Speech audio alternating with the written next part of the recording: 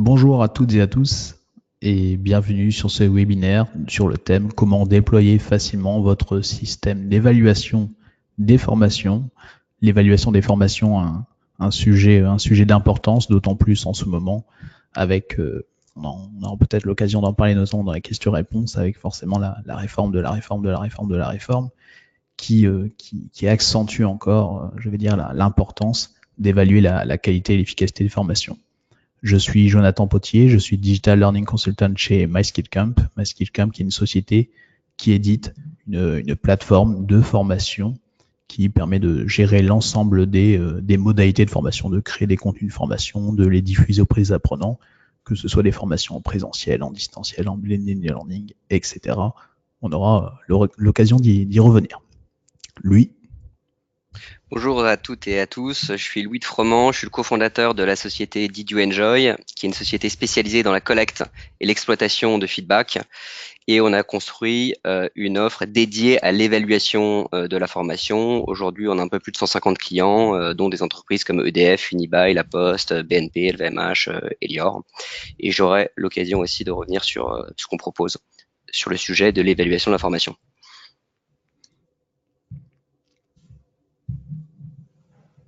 Alors, d'abord, avant d'entrer dans le vif du sujet, petit état des lieux sur l'évaluation de la formation. Alors, lorsque l'on parle d'évaluation de la formation, il y a un nom qui revient assez souvent, c'est Kirkpatrick.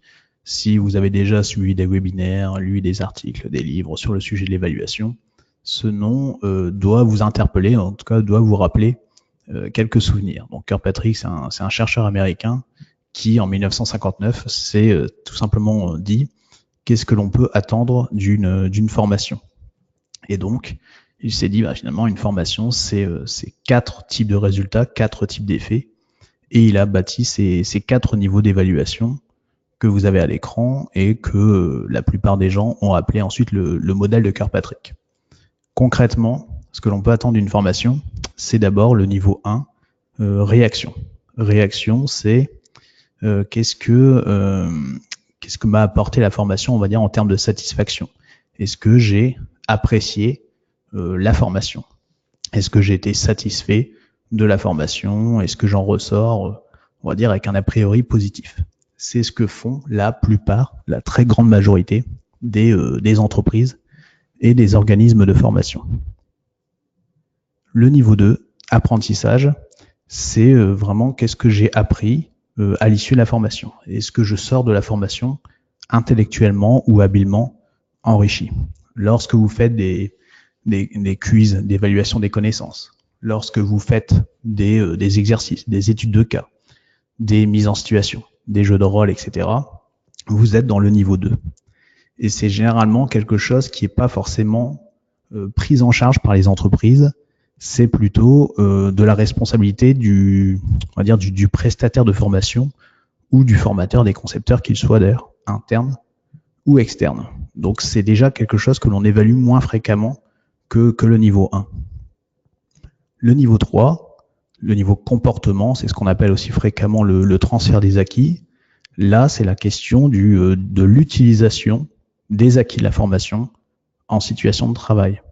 Ce que j'ai appris en formation, donc au niveau 2, est-ce que cela a été utilisé une fois que je suis revenu à mon poste de travail?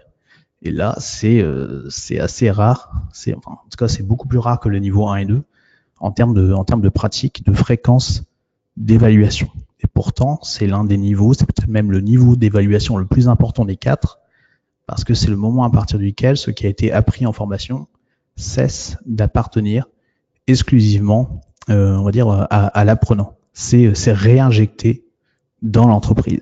Donc c'est vraiment important d'aller jusqu'à ce niveau pour savoir si finalement la formation a eu un retour, entre guillemets, en termes d'investissement, que ce qui a été appris sert à un moment donné à l'entreprise. Et enfin, le niveau 4, c'est donc les résultats. Là, on parle vraiment d'impact sur les indicateurs de résultats opérationnels. Donc, je vais prendre un cas classique, mais une formation commerciale, est-ce qu'elle a eu un impact sur le chiffre d'affaires, par exemple? Donc, c'est vraiment un impact, on va dire, un peu plus quantitatif, collectif, alors que les 3 premiers niveaux, on s'adresse plutôt à l'apprenant et aux personnes qui l'entourent. Alors, vous avez à l'écran un autre schéma, parce que souvent on me dit, oui, mais Kirkpatrick, c'est daté, ça date de 1959, etc. Alors c'est vrai que c'est pas tout récent. Et en termes de pratique, on voit que souvent d'ailleurs, on en reste surtout scotché au niveau 1 et on ne s'aventure pas dans les niveaux du dessus. Et je voulais simplement vous montrer à l'écran que, en fait, ce modèle a été mis à jour en 2010 et continue d'ailleurs à être mis à jour assez régulièrement en fonction des retours du terrain. Tout ça pour dire que ça reste en fait diablement d'actualité, Kirkpatrick, que l'on peut aller plus loin en précisant quels sont les niveaux, quels sont les liens entre les niveaux. Vous voyez, vous avez des flèches à l'écran, etc. Et lorsque c'est correctement appliqué, ça ne reste pas qu'un modèle théorique, ça devient vraiment un processus d'évaluation dans son ensemble. Donc Kirkpatrick, en 2018 comme en 2019, ça reste tout à fait un modèle intéressant à partir duquel vous pouvez construire vos méthodes, vos outils, vos systèmes, vos dispositifs d'évaluation. Alors, j'en ai parlé précédemment. En termes d'état des lieux, on voit que, là, ce sont des chiffres d'une étude américaine qui a été menée en 2009 et des chiffres récents que l'on a, alors, que ce soit en France, au Québec aussi, en Europe de manière générale et même aux États-Unis vont à peu près dans le même sens, mais souvent je réutilise ces chiffres parce que ce qui est intéressant aussi, c'est la comparaison entre ce que veut la direction générale en termes d'évaluation, donc la colonne que vous avez au centre, et ce que font réellement les responsables formation en termes de pratique d'évaluation. Et vous voyez un peu l'écart entre les deux, c'est-à-dire que quand on reprend le référentiel du modèle des 4 niveaux de Kirkpatrick, on voit que finalement ce que font surtout les responsables formation n'intéresse pas forcément les directions générales, qui sont, je le rappelle quand même, celles qui décident de l'allocation des budgets de formation, qui vont décider un peu, entre guillemets, de l'avenir de la fonction formation. Donc, plus vous grimpez on va dire, dans les niveaux, moins les responsables formation évaluent, et en même temps, plus ça devrait normalement intéresser la direction générale. Donc, je prends l'exemple du niveau 1, on est à 53% pour les RF. En France, lorsque j'avais mené ce type d'études, on était plutôt à 90%. Donc vraiment, on mettait le paquet sur le niveau 1, si vous me passez l'expression, au détriment quelque part des autres niveaux d'évaluation que l'on évaluait quasiment, on va dire, de manière anecdotique, en tout cas très rarement. Et si on regarde la colonne dédiée, on va dire, à la direction, on voit que le niveau 4, évidemment, c'est ce que l'on attend le plus. On attend de voir l'impact sur les indicateurs de résultats. Mais je voudrais vraiment aussi insister sur une chose, c'est que le niveau 4, on n'évalue pas toutes les formations jusqu'au niveau 4. C'est-à-dire que quand on évalue des formations niveau 4, moi, lorsque je travaille avec des clients sur le sujet, il n'y a pas de possibilité d'industrialiser, de systématiser l'évaluation au niveau 4. On est plutôt dans une démarche de conseil où, pour quelques formations stratégiques, on va pousser l'évaluation jusque-là. Alors qu'il est relativement aisé, on va en reparler, de standardiser l'évaluation au niveau précédent et en particulier sur les niveaux 1 et 3. Donc là, on voit déjà que si on allait sur le niveau 3, on pourrait vraiment réduire ce gap, réduire cet écart entre ce que l'on fait et ce qu'attend réellement la direction, en tout cas les directions générales, en termes de données d'évaluation, de résultats qui peuvent les intéresser. Alors, quelques freins à l'évaluation, pourquoi on ne va pas plus loin? Les 5 raisons, ça c'est vraiment issu d'une revue de littérature sur le sujet. On a été sonder les responsables formation pour savoir pourquoi finalement on n'allait pas plus loin en termes d'évaluation des formations. Et les 5 raisons qui reviennent systématiquement sont celles-ci. D'abord, et ça c'est la raison numéro 1, on ne me le demande pas. Donc je n'évalue pas parce que tout simplement on ne me demande pas de résultats. Donc je ne vais pas m'amuser à évaluer. Donc ça forcément ça tend à changer parce que avec notamment la réforme de la formation, avec le contexte économique, etc., tout ça fait que on doit de plus en plus prouver la qualité et l'efficacité des formations. le fait qu'il n'y ait plus, logiquement pour les grandes entreprises, notamment de cofinancement, en tout cas que ça devienne de plus en plus rare. Le fait qu'il n'y ait plus le fameux 0,9% du plan de formation en France, etc. Tout ça fait que les directions générales attendent que la formation soit gérée et traitée, on va dire, comme un investissement. Donc, on demande des preuves de plus en plus. Vous avez également des raisons qui sont plutôt liées à la méthode, à l'outillage. Je ne sais pas quoi évaluer. Et donc, finalement, je ne connais pas forcément d'ailleurs Kirkpatrick, par exemple, et je ne sais pas comment évaluer. Comment on fait, comment on bâtit un bon questionnaire, etc. Donc, il y a vraiment des questions de méthode qui posent question justement aux professionnels de la formation. On craint aussi les résultats. Je n'ai pas évalué pendant des années, j'ai un peu peur de ce que je vais trouver quelque part. Bon, ça, c'est un peu contrebalancé par la première raison, parce que de toute façon, que l'on craigne ou pas ce que l'on va trouver, premièrement, c'est demandé par la direction générale, donc il va bien falloir amener des preuves à un moment donné. Et comme je dis souvent, ça n'est pas parce qu'il n'y a pas de processus d'évaluation formel qui existe que l'évaluation ne se fait pas. C'est-à-dire que si vous n'avez pas la main sur votre dispositif d'évaluation, vous allez quand même avoir des apprenants et des managers, des formateurs, etc., qui vont parler entre eux pour dire cette formation n'est pas terrible, elle n'a pas donné de résultats, etc. Sauf que, entre guillemets, ça restera à l'état de bruit de couloir. Donc, il vaut mieux aller chercher cette information pour du coup être dans une logique d'amélioration continue plutôt que de laisser les gens discuter entre eux et ne pas avoir de réceptacle, de dispositif qui permet de recueillir ces informations. Et enfin, cela coûte cher. Alors déjà, oui, ça peut coûter cher si on s'amuse à faire du niveau 4 pour toutes les formations, mais ce qui n'est encore une fois pas une pratique souhaitée et souhaitable. Et de façon générale, le coût est minime par rapport à ce que cela peut rapporter. Donc un bon dispositif d'évaluation par rapport à l'argent qui va vous faire gagner déjà en termes d'optimisation du processus d'évaluation en tant que tel, parce que réduction du temps notamment, que cela peut prendre à votre équipe, et par les économies substantielles qu'il va générer en réduisant aussi les formations inutiles, en augmentant leur efficacité, etc., fait que naturellement, c'est plutôt une opération assez rentable. Alors en lien avec cela, ça fait 15 ans que je travaille sur le sujet de l'évaluation. Je me suis amusé à recenser un peu tout un ensemble de mauvaises pratiques.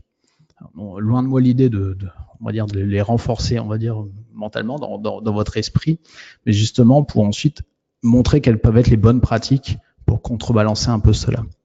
Et donc, quelques mésaventures, quelques pratiques déconseillées que l'on continue encore à observer en 2018.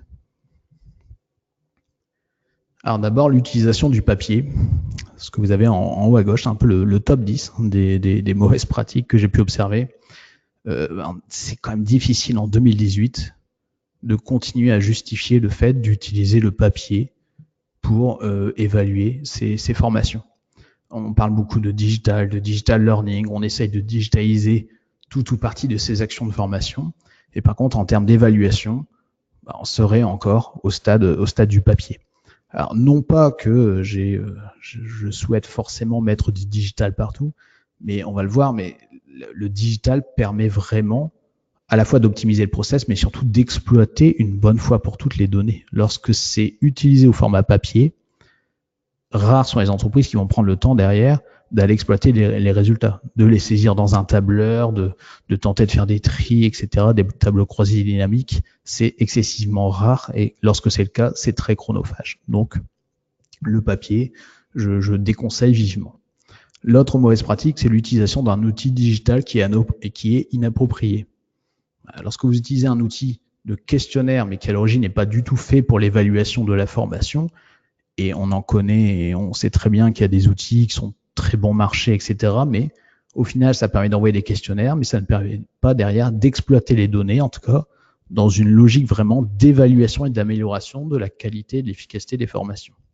Donc, on utilise quelque part un outil qui est complètement, on va dire, à côté des problématiques de formation. Un interfaçage défaillant. Donc, on a son propre système d'information, on a un SIRH, on a un LMS, et puis on a acheté, on va dire, une solution dédiée à l'évaluation des formations. Et par contre, les deux systèmes communiquent très très mal entre eux. Dans ce cas-là, forcément, c'est une très mauvaise expérience utilisateur. On perd des données, on a des données qui sont entre guillemets corrompues, etc. C'est pas une superbe image que l'on peut laisser derrière aux utilisateurs, quels qu'ils soient, en plus des problèmes que cela peut poser en termes d'organisation. Une évaluation à chaud qui est répétée à froid. Donc ça, j'ai déjà eu ça, des clients qui utilisent un questionnaire d'évaluation à chaud. Donc on pose des questions typiquement de satisfaction, donc le niveau 1 de Kirkpatrick. Et puis, 3 mois après, ces clients renvoient exactement le même questionnaire. Donc je n'ai pas envie de rire, mais vous avez, voilà, évidemment les questions n'étaient pas formulées ainsi, mais imaginez, la salle de formation était appropriée, oui, on vous pose la question au lendemain de la formation, et puis 3 mois après, on vous repose la question. Donc imaginez un peu l'apprenant qui est obligé de répéter ce qu'il a déjà dit par le passé. Autre mauvaise pratique, trop de questionnaires et ou de protocoles d'évaluation différents. Donc, ce que j'entends par protocole, c'est de dire qu'est-ce que l'on fait à chaud, qu'est-ce que l'on fait à chaud, à froid, etc. Donc, c'est un peu notre modèle d'évaluation interne. Eh bien, même chose, j'avais un client qui avait 150 actions de formation au catalogue et il utilisait 150 questionnaires d'évaluation à chaud différents.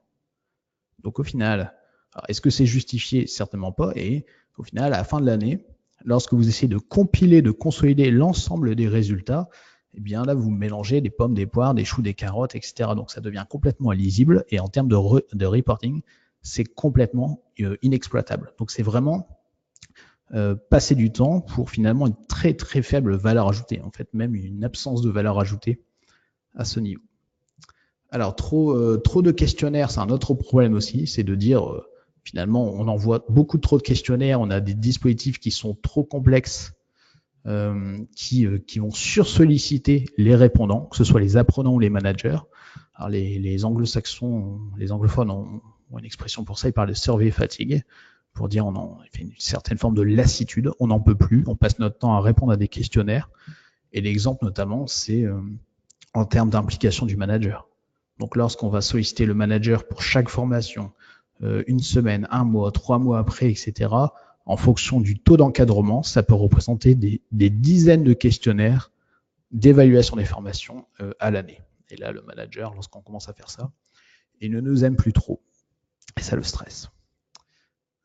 Autre mauvaise pratique, la mauvaise qualité des questionnaires. Donc des questionnaires avec des mauvaises échelles de réponse, des formulations de questions qui laissent vraiment à désirer, etc. Donc dans ce cas-là, ou des questionnaires trop longs, on va en reparler. Tout cela nuit forcément à la qualité des résultats et au process d'évaluation dans son ensemble. Enfin, pas de communication et pas d'exploitation non plus des résultats. Donc on passe du temps, on utilise des ressources pour alimenter un système d'évaluation et au final, on ne communique pas sur ce que l'on fait, sur les résultats que l'on obtient et on ne fait rien avec les résultats. Donc la question c'est voilà, est-ce que les informations recueillies sont utiles et utilisées? Si ce n'est pas le cas, pourquoi passer du temps à évaluer les formations? Donc d'une année à l'autre, quelles sont les actions qui ont été engagées pour améliorer la situation en fonction des données recueillies? Si vous n'en faites rien, arrêtez tout de suite. Ça veut dire que l'évaluation ne sert à rien chez vous, en tout cas la manière dont elle est faite actuellement. Et enfin, il y a un manque de stabilité du process. Alors ça, c'est on va dire la dernière mauvaise pratique, c'est de se dire souvent on se lance et en fait on ne laisse pas le temps au temps. Donc on lance un système d'évaluation et à peine un mois après, on veut déjà changer les questionnaires, on veut racheter des questions, on veut changer le délai pour aller interroger le manager, etc., etc. Et on fait tellement de changements que on n'a pas assez, on va dire, de recul et on n'a pas laissé passer assez de temps pour voir si oui ou non on allait dans la bonne direction et finalement si tout simplement les réponses, les données que l'on recueillait, que l'on collectait répondaient aux questions que l'on se posait. Donc il faut aussi savoir, entre guillemets, se calmer, ne pas toujours vouloir changer les choses. Il faut laisser un peu, encore une fois, un peu de temps. On laisse du temps au temps et on voit si oui ou non le système que l'on a mis en place fonctionne. Il vaut mieux quelque chose de simple pour démarrer et ensuite on voit un peu si oui ou non ça va dans la direction souhaitée. Alors ça, c'était pour l'état des lieux. Et puis on va dire les quelques mauvaises pratiques et de quoi les améliorer. Et la bonne nouvelle, évidemment, c'est qu'on ne va pas vous laisser comme ça. On va aussi vous conseiller quelques bonnes pratiques pour se faciliter la vie. Alors, il y a une règle que je conseille et que je conseille de respecter autant que faire se peut, ce que j'appelais la règle du 1-1-1. Donc, c'est se dire, voilà, déjà, un type de questionnaire à chaud et à froid. Donc, un type de questionnaire à chaud et un autre type de questionnaire à froid. Évidemment, c'est pas le même questionnaire à utiliser à chaud et à froid. Donc là, l'idée, c'est déjà de réduire la masse de questionnaires divers et variés que l'on peut utiliser pour toutes les formations. Un bon questionnaire d'évaluation peut très bien être utilisé quelle que soit la formation, en tout cas à chaud, hein, j'entends pour le niveau 1 notamment, de façon à sonder, on va dire, la satisfaction des apprenants, quelle que soit la modalité de formation. Donc, que ce soit du présentiel, du distanciel, du blended learning, etc., peu importe. Et même chose à froid. L'idée, c'est de se dire, on a un tronc commun, et par contre, on peut faire varier le questionnaire, notamment en se basant sur les objectifs de formation. Donc, le contenu change légèrement, mais le contenant reste le même, il reste stable. Deuxième 1, c'est un acteur concerné, c'est de miser surtout sur l'apprenant. Donc, c'est le premier à devoir pouvoir, on va dire, s'exprimer sur ce qu'il a vécu en formation. Donc, on limite dans la majeure partie des formations, en tout cas toutes les formations qui ne sont pas forcément stratégiques, à fort enjeu, etc., on limite aussi le fait d'aller sursolliciter le manager. C'est ce qu'on a indiqué en dessous. Limiter l'évaluation à froid, donc niveau 3, et l'intégration du manager aux formations les plus importantes, sauf travail de communication conséquent. Et donc souvent, on va aller trop vite. Et on dit non, il faut à tout prix impliquer le manager, etc. Sauf qu'il n'a pas été habitué à ça. Et puis au début, ça peut parfois fonctionner. Et à la fin, on tombe rapidement à des taux de retour du type 10% de taux de retour pour les évaluations à froid pour le manager. Ce qui est tout sauf satisfaisant. Donc il vaut mieux commencer doucement, se focaliser sur l'apprenant. Et une fois que tout cela est fait, on va un peu plus loin. Moi, lorsque je travaille comme ça, en essayant en tout cas de convaincre mes clients de dire on se concentre sur l'apprenant, ça arrivait des fois qu'après, les managers demandaient à participer à l'évaluation. Donc, on leur communiquait les résultats des évaluations réalisées par les apprenants. Et la réaction naturelle, au bout d'un moment, c'était les managers qui nous disaient écoutez, moi, maintenant, j'aimerais enfin, c'est pas à moi de m'exprimer là-dessus, j'ai pas mon mot à dire, etc. Mais si, il n'y a aucun problème. La prochaine fois, on t'envoie un questionnaire. Donc, oui, tranquillement, il faut, encore une fois, laisser le temps au temps et ne pas aller trop vite. Et enfin, le dernier 1, c'est 1 an d'utilisation. Donc, souvent, bon, lorsqu'on utilise, on va dire, des systèmes qui ont fait leurs preuves, lorsqu'on a mis en place des bonnes pratiques, qu'on y a bien réfléchi, etc., normalement, le système est relativement stable et satisfaisant. Si vraiment vous voulez faire évoluer, raisonnez, on va dire, à l'échelle de l'exercice. Donc, dites-vous, on l'utilise pendant 1 an et éventuellement, on fait un bilan, on peut faire évoluer le système, etc. Mais encore une fois, on laisse le temps au temps. Donc, moi, typiquement, ce que je fais, c'est de dire, on travaille sur des questionnaires à chaud, à froid, on met en place un dispositif d'évaluation, toute la communication qui va bien, etc. Et éventuellement, on se reparle dans 1 an, on voit un peu quels sont les résultats, on fait évoluer le système, etc. On analyse évidemment au fil de l'eau, au fur et à mesure, mais on évite de tout bouleverser ainsi du jour au lendemain. Donc, comme marqué en titre sur cette diapositive, on reste simple.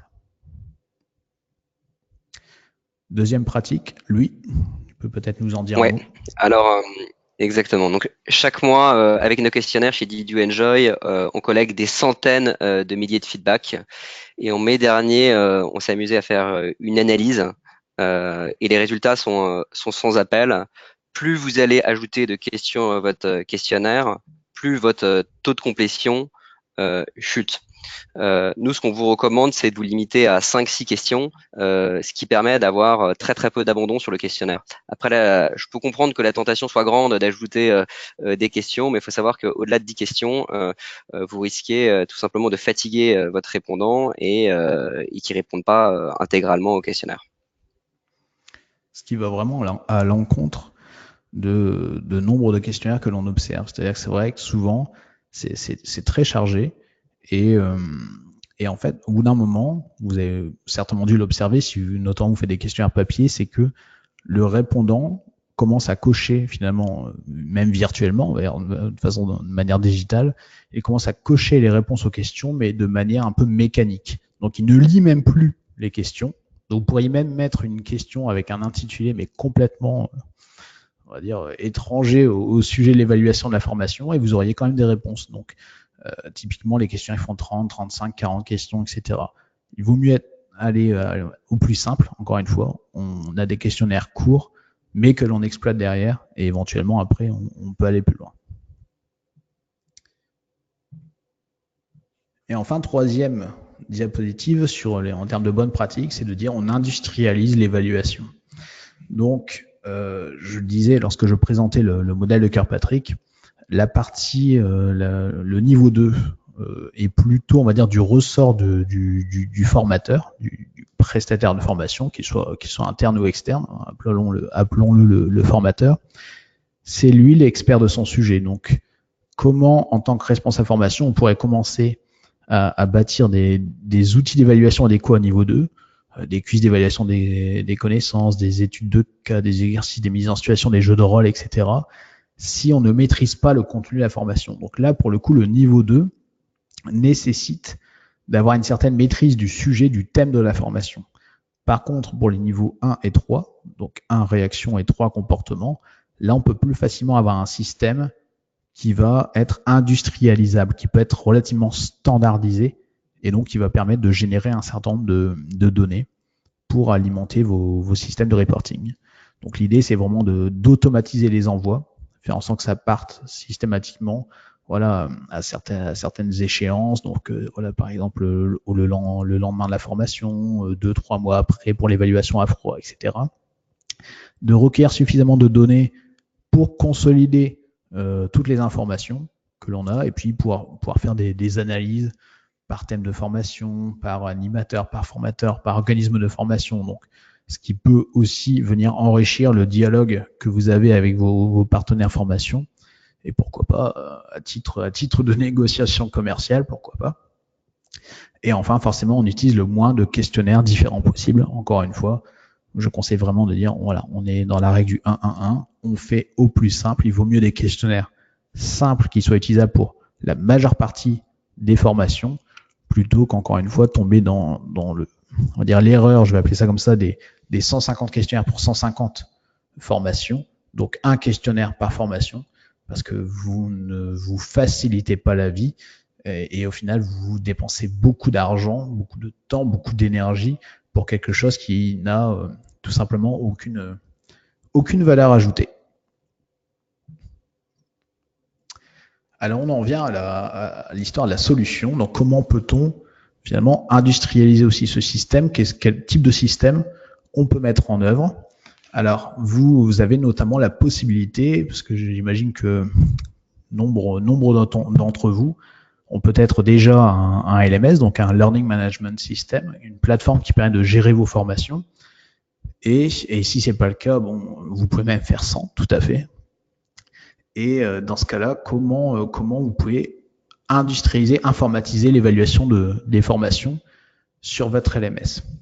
Eh bien, en fait, force est de constater que souvent, c'est un peu le maillon faible des LMS. C'est-à-dire que autant les LMS sont souvent très très bons pour venir informatiser, mettre en œuvre tout ce qui est quiz d'évaluation des connaissances. Donc, on va dire plutôt le niveau 2 de Kirkpatrick.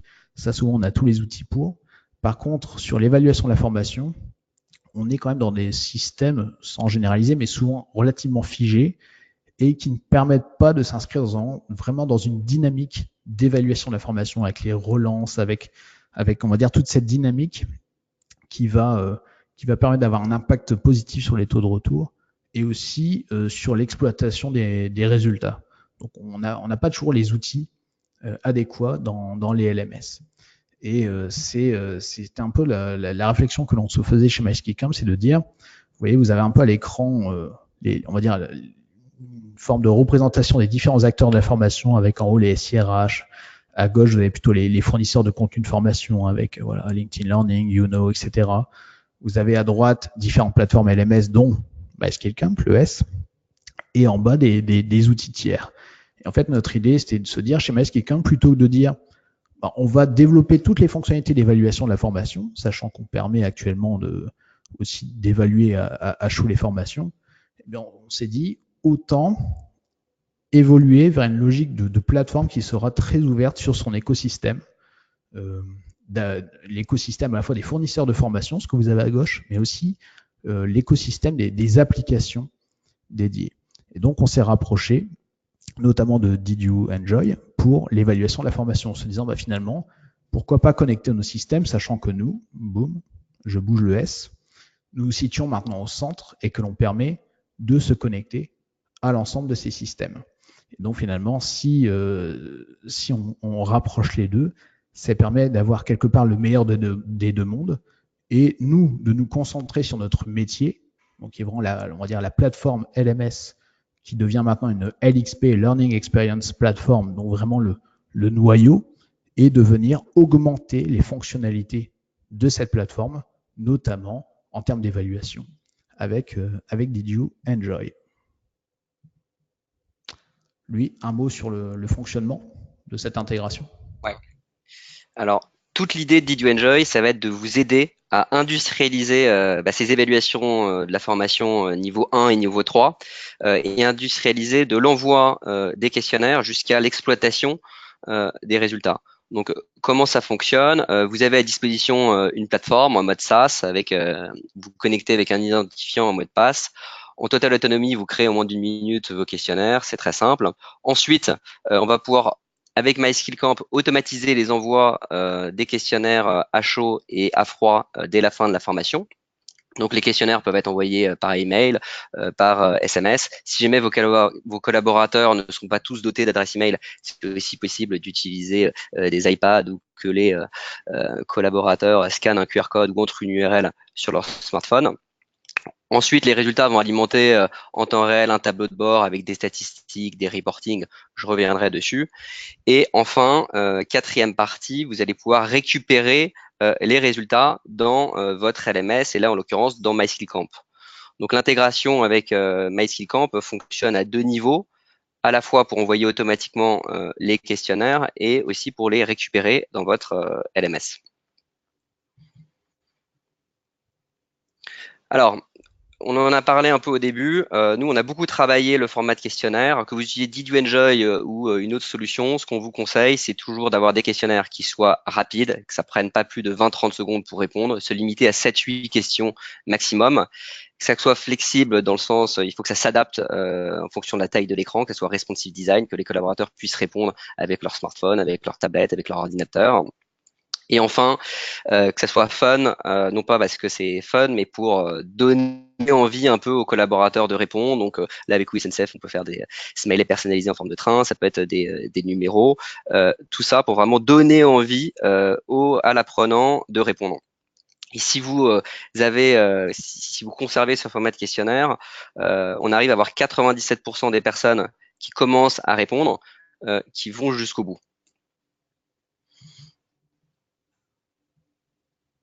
Alors, comme je vous le disais, nous, on intervient à deux niveaux, sur les questionnaires d'évaluation à chaud, donc niveau 1, et le questionnaire d'évaluation à froid. Alors, le questionnaire d'évaluation à chaud, c'est souvent le mal-aimé des responsables de formation, parce que on dit souvent que les retours sont pas constructifs, que ça va pas m'aider à améliorer le contenu de ma formation, de savoir que les personnes ont passé un bon moment, que le café était bon, etc. Donc, c'est souvent assez caricaturé. Alors, même si, effectivement, ce questionnaire d'évaluation à chaud ne va pas permettre de mesurer le transfert des acquis, il peut quand même être intéressant. Et nos conseils, comme le rappelait Jonathan, c'est d'avoir un seul questionnaire pour pouvoir comparer facilement les résultats. Quelques questions fermées, donc là, en fonction, vous, de vos objectifs, ça peut être des questions sur la durée, sur l'animation, sur le contenu. Et enfin, une seule question ouverte pour récolter le maximum de verbatim. Et nous, on va enrichir ce questionnaire en demandant à l'apprenant de citer au minimum une action qu'il compte mettre en place à la fin de la formation. Et ça, en fait, ça a une double vertu. La première, c'est que ça force l'apprenant à avoir un retour constructif, lui dire que la formation n'est pas qu'un dû, il doit s'impliquer. Et d'autre part, ça permet à l'animateur chargé de formation de détecter si les actions qu'ont retenues les apprenants sont en phase avec ce qu'il avait imaginé. Donc on peut très bien imaginer que les collaborateurs aient passé un bon moment, mais pour autant ce qu'ils ont retenu n'est pas du tout en phase avec ce qu'on voulait qu'ils fassent. Donc ça permet déjà d'avoir un retour efficace sur l'évaluation de niveau 1. Alors sur l'évaluation de niveau 3, donc sur la slide suivante, là, on a essayé de répondre à un défi. Le défi, c'est le suivant. Comment industrialiser et automatiser cette évaluation de niveau 3 sur le transfert des acquis, alors que chaque formation est différente. Effectivement, ça n'a pas de sens de poser les mêmes questions pour un collaborateur qui a suivi une formation sur Office, Excel, qu'une formation sur la sécurité, l'hygiène alimentaire, etc. Pour autant, si vous devez à chaque fois personnaliser les questions et réaliser des questionnaires ad hoc, ça va pas marcher, ça va pas être industrialisé, et c'est une des raisons pour lesquelles les chargés de formation ne réalisent pas cette évaluation de niveau 3. Donc nous, on s'est posé avec des responsables de formation de grands groupes et on est arrivé avec une solution permettant à la fois d'industrialiser cette évaluation de niveau 3 tout en conservant cette personnalisation nécessaire. Donc on a créé un questionnaire unique mais intelligent dans le sens où chaque question reprend les objectifs de la formation cités par le chargé de formation, le concepteur, en amont. Donc, par exemple, si l'objectif d'une formation Excel, c'est savoir réaliser un tableau croisé dynamique, on va demander aux collaborateurs, est-ce que vous avez eu l'impression d'avoir progressé sur l'élément suivant, réaliser un tableau croisé dynamique. Et ce questionnaire, on va l'envoyer à la fois à l'apprenant et à son manager ou à son N+1. Et comme le rappelait Jonathan, sur cette évaluation de transfert des acquis de niveau 3, c'est pas forcément utile de systématiser cette évaluation, mais peut-être le faire que pour les formations que vous jugez stratégiques. Pas sûr qu'une formation sur les soft skills, ça soit intéressant de mesurer le transfert des acquis. Donc voilà pour le questionnaire d'évaluation à froid. Ensuite, à la fin du questionnaire, vous savez, souvent il y a une page qui vous dit simplement merci. Et là, en fait, on a profité de cet espace pour personnaliser le contenu, à la fois en fonction du thème de formation et des réponses aux questions. Donc, par exemple, si, je sais pas, un collaborateur a participé à une formation sur les fondamentaux du management, que globalement, la formation a répondu à ses attentes, sur la dernière page du questionnaire, on va pouvoir associer un contenu de micro-learning en lien avec la formation qui vient de suivre. Donc, par exemple, je sais pas, rediriger le collaborateur vers une vidéo TED.com sur qu'est-ce que c'est qu'un grand leader. Ça peut être sinon une anecdote sur l'histoire de l'entreprise.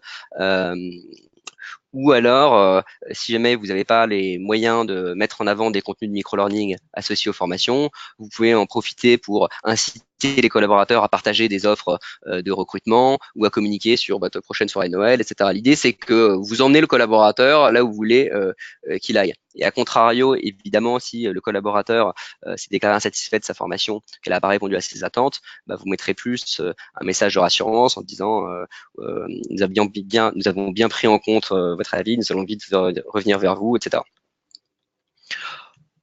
Donc, slide suivante. Donc, une fois que les collaborateurs répondent, vous allez collecter en temps réel les statistiques. Donc, on vous met à disposition un tableau de bord. Ce tableau de bord, il marche avec des vues personnalisées dans la mesure où un animateur ne pourra accéder qu'à ses résultats. Un chargé de formation, je sais pas, des formations de type vente, n'aura accès qu'aux résultats des formations vente. Vous pouvez jouer avec des filtres pour regarder les résultats par animateur, par organisme de formation, etc. Donc, ça vous évite de faire des PowerPoint et ça vous fait gagner un temps précieux dans l'analyse. Slide suivante. Donc voilà, là ce qui va être intéressant, c'est quand on se connecte avec des LMS, des SIRH de type MySkiCamp, c'est qu'on va récupérer l'ensemble des informations sur les apprenants. Donc que ce soit des données sur l'animateur, l'organisme de formation, l'objectif de la formation, le lieu, etc. Et en fait, toutes ces données, nous, on les récupère automatiquement sans évidemment avoir à poser la question au collaborateur en lui disant quel était le nom de votre formation, le nom de l'animateur, etc. Donc, on récupère ces infos et après, on est capable de recouper les résultats en fonction de ces informations. Donc, vous allez avoir N tableaux comparatifs vous permettant de comparer les résultats par thème de formation, par animateur, par lieu, etc. Et ça fonctionne comme des tableaux croisés dynamiques, sauf qu'ils sont actualisés en temps réel sur la plateforme et qu'on peut vous les envoyer à la fréquence que vous souhaitez, chaque jour, semaine, mois, etc. Et toujours avec cette idée de personnalisation des rapports, dans le sens où notre chargé de formation qui s'occupe exclusivement des formations liées à la vente ne recevra que les rapports avec les formations sur la vente. Ensuite, text mining. Voilà. Une des raisons pour lesquelles nous, on garde notre questionnaire court et qu'on met qu'une seule question ouverte, c'est qu'on veut qu'un maximum d'apprenants laissent des commentaires. Donc en moyenne, on a 35% de verbatim commentaires qui sont laissés à la fin des questionnaires.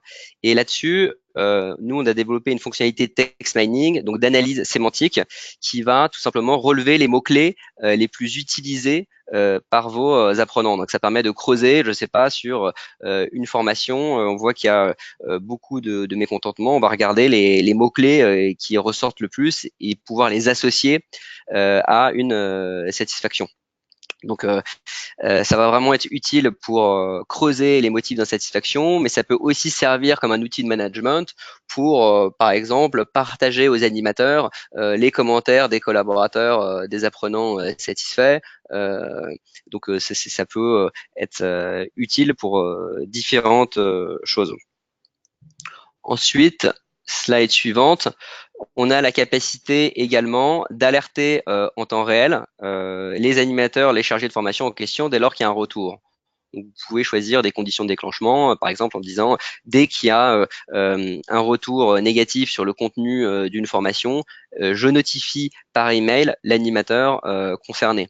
S'il y a une question, je ne sais pas, sur l'évaluation à chaud qui porte sur la logistique et qu'il y a une personne en charge dans votre organisation de la logistique, on peut lui transférer immédiatement cette information de façon à ce qu'elle puisse réagir.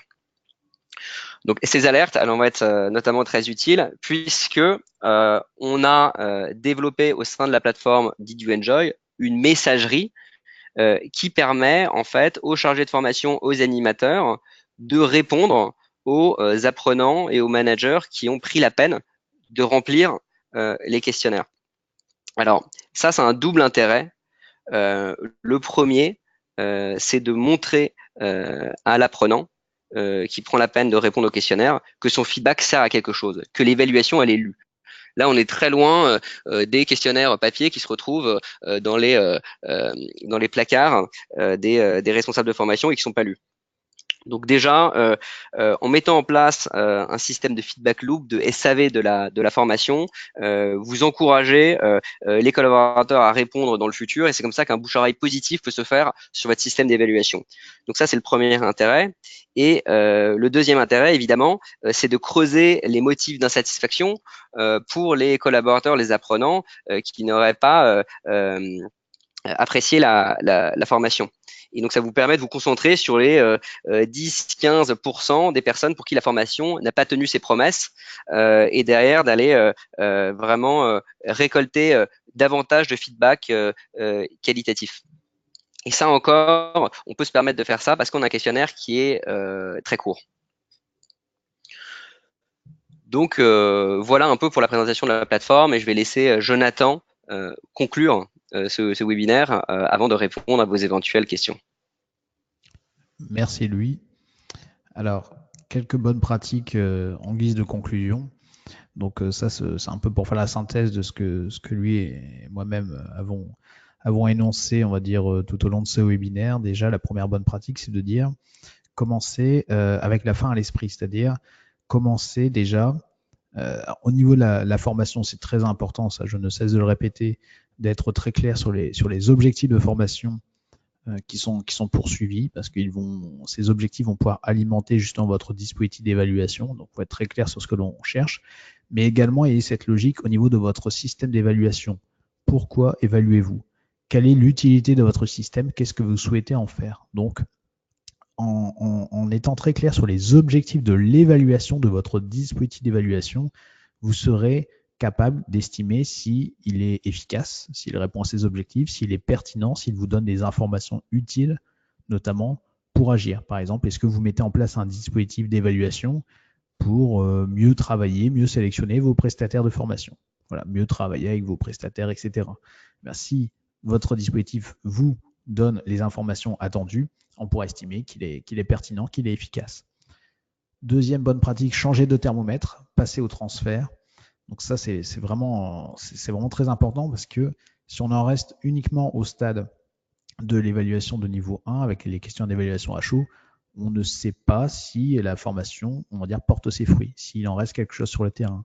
Et si ce n'est pas le cas, pourquoi? Comment on peut l'améliorer? Comment on peut entrer un peu dans une logique, comme le disait lui, de SAV de la formation, etc. Donc, on a besoin d'évaluer le niveau 3 pour aller plus loin et pour pouvoir améliorer la manière dont on gère, dont on organise les actions de développement et d'apprentissage. Piloter le transfert, ne pas seulement l'évaluer.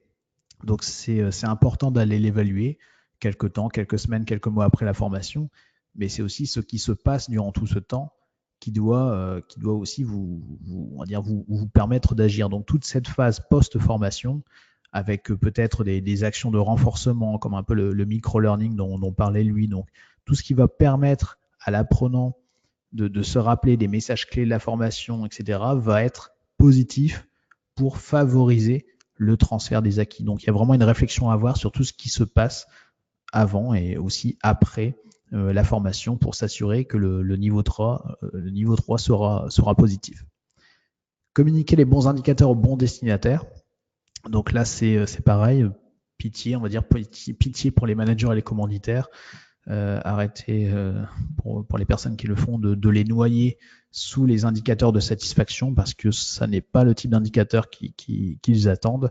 Au niveau opérationnel, au niveau des managers, des commanditaires, c'est beaucoup plus intéressant par exemple de leur communiquer des indicateurs notamment liés au niveau 3 pour leur dire voilà qu'est-ce qui a été utilisé suite à la formation, quel est le niveau de transfert, etc. Parce que là pour le coup, on n'est plus dans la pédagogie et ça concerne vraiment l'opérationnel, ça concerne la performance de leurs équipes.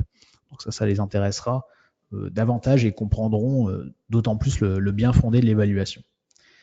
Et enfin, standardiser et digitaliser le système d'évaluation tout en faisant du spécifique pour les formations stratégiques. Donc encore une fois, le niveau 4, lorsqu'on parle de ROE, de retour sur les attentes, etc., on est vraiment beaucoup plus sur quelques actions de formation pour lesquelles on va vous demander entre guillemets, de rendre des comptes, quelques actions de formation stratégiques, où là, ça vaut le coup de faire du spécifique, d'aller plus loin, etc. Mais pour la très grande partie des formations, la très grande majorité, on peut avoir un système d'évaluation simple, digitalisé, parce qu'encore une fois, tout ce dont on a parlé ici, c'est tout simplement irréalisable sur le papier, on va dire, avec des formulaires, des questionnaires papier. Et là, pour le coup, ça sera assez simple et très faiblement, on va dire, chronophage d'avoir un dispositif d'évaluation qui vous donne des résultats intéressants et qui vous permet d'agir concrètement au quotidien.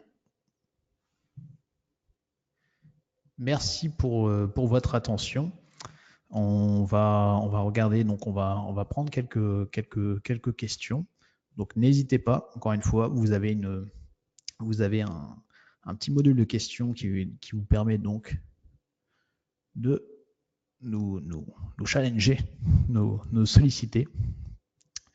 Alors, on en a quand même pas mal. Donc, Caroline. Et je peux prendre une question de Laurence, là Jonathan si tu veux, où je vois comment s'assurer d'avoir un maximum de retours quand le questionnaire est adressé par voie numérique.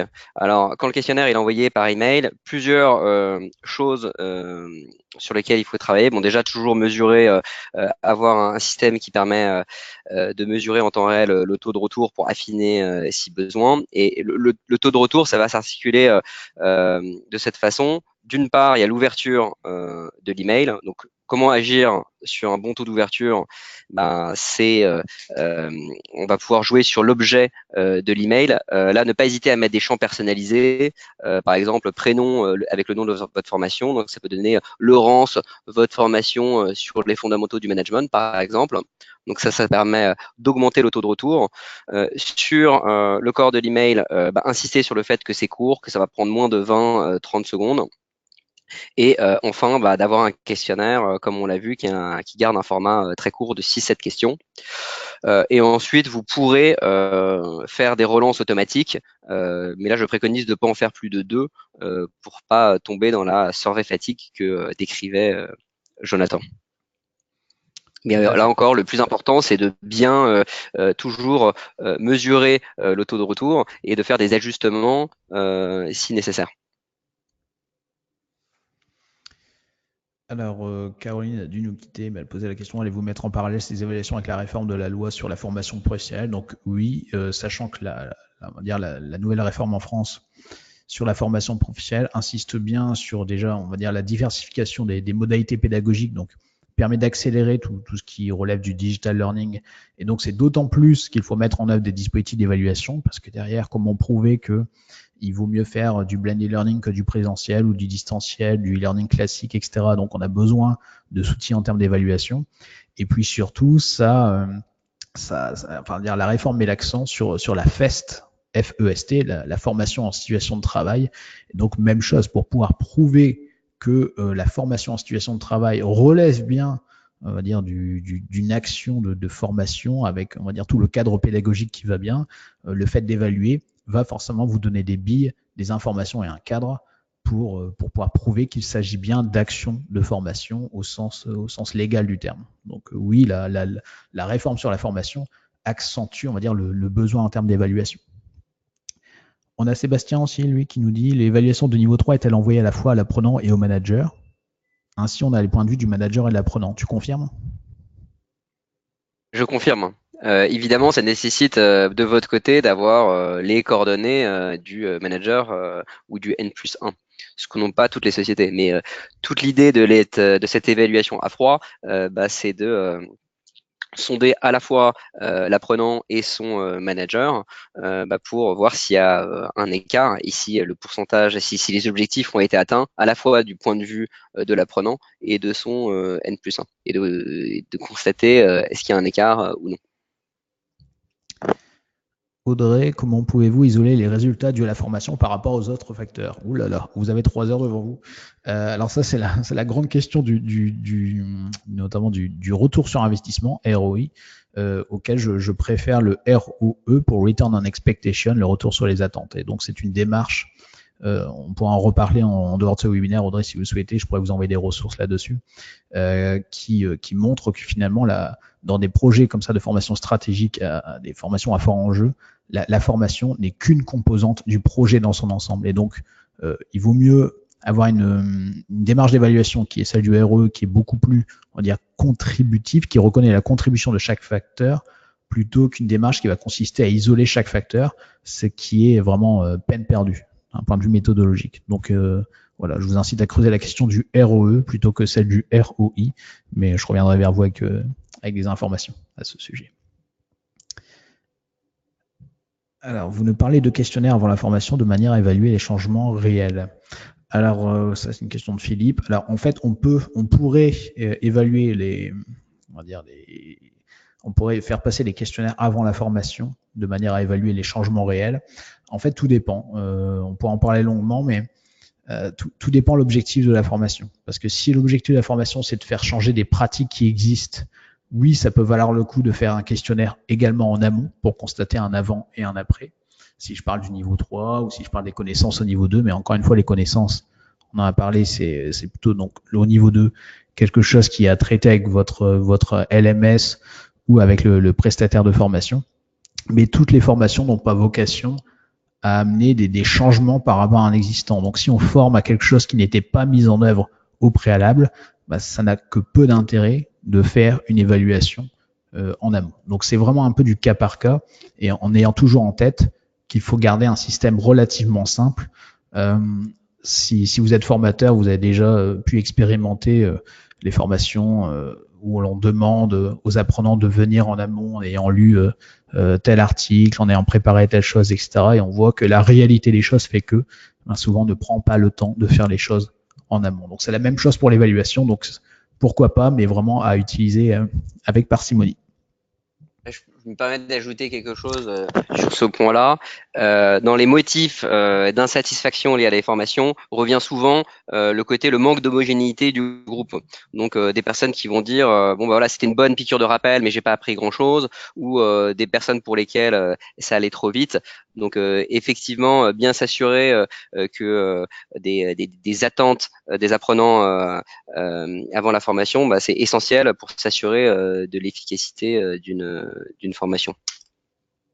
Complètement, ouais, tout à fait. Tout ça se joue bien en amont. Il y a une question aussi de Valérie sur le text mining mot-clé. Quid des mots mal orthographiés? Est-ce que c'est quelque chose qui peut être amélioré du coup? Est-ce qu'il y a possibilité d'intégrer finalement on va dire, Bah, c'est le principe du text mining, hein, qui est un logiciel qui marche en machine learning, et donc ça va identifier bah, les mots-clés qui soient bien ou mal orthographiés. Et après, c'est un système auto-apprenant, donc on peut lui dire de regrouper certains mots entre eux, d'en exclure d'autres, mais c'est évidemment le principe. C'est de détecter aussi les mots qui sont mal orthographiés.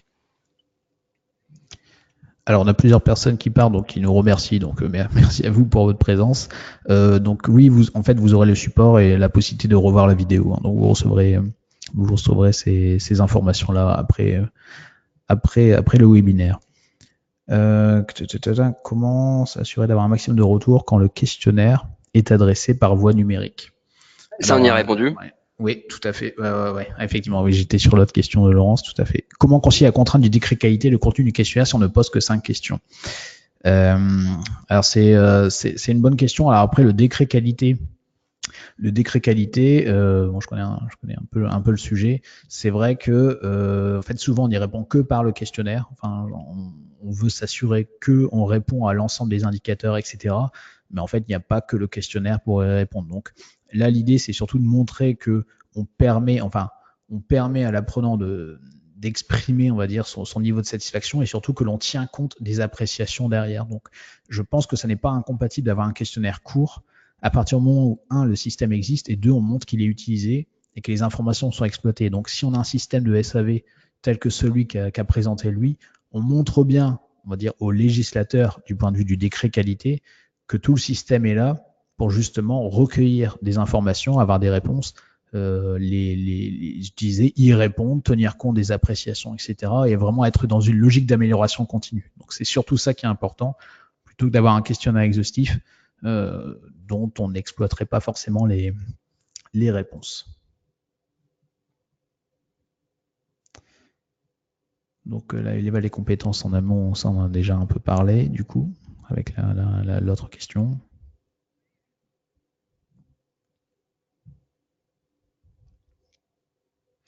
Votre outil permet un suivi des formations et des formateurs, mais permet-il aussi un suivi des stagiaires apprenants?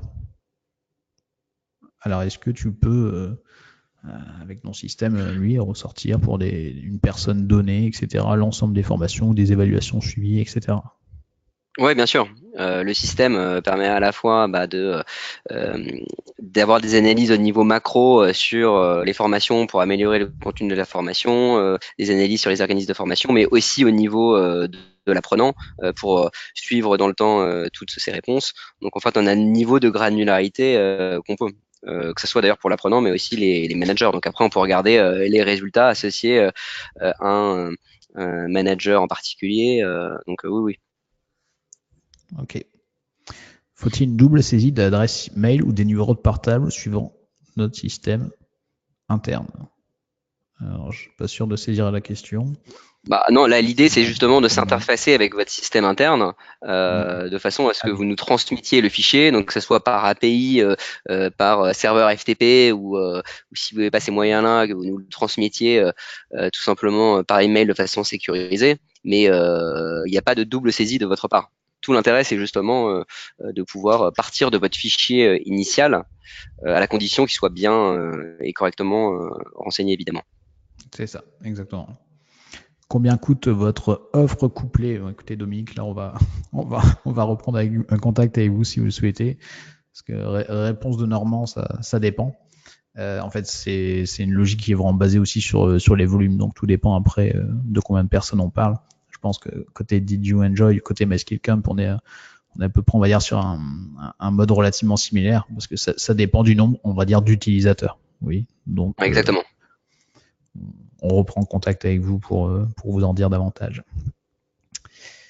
Et puis, on a donc Céline qui fait son mémoire sur l'évaluation et qui est en train de lire mon livre. Mais écoutez, merci Céline, vous allez m'apporter mes 8% de droits d'auteur sur l'ouvrage.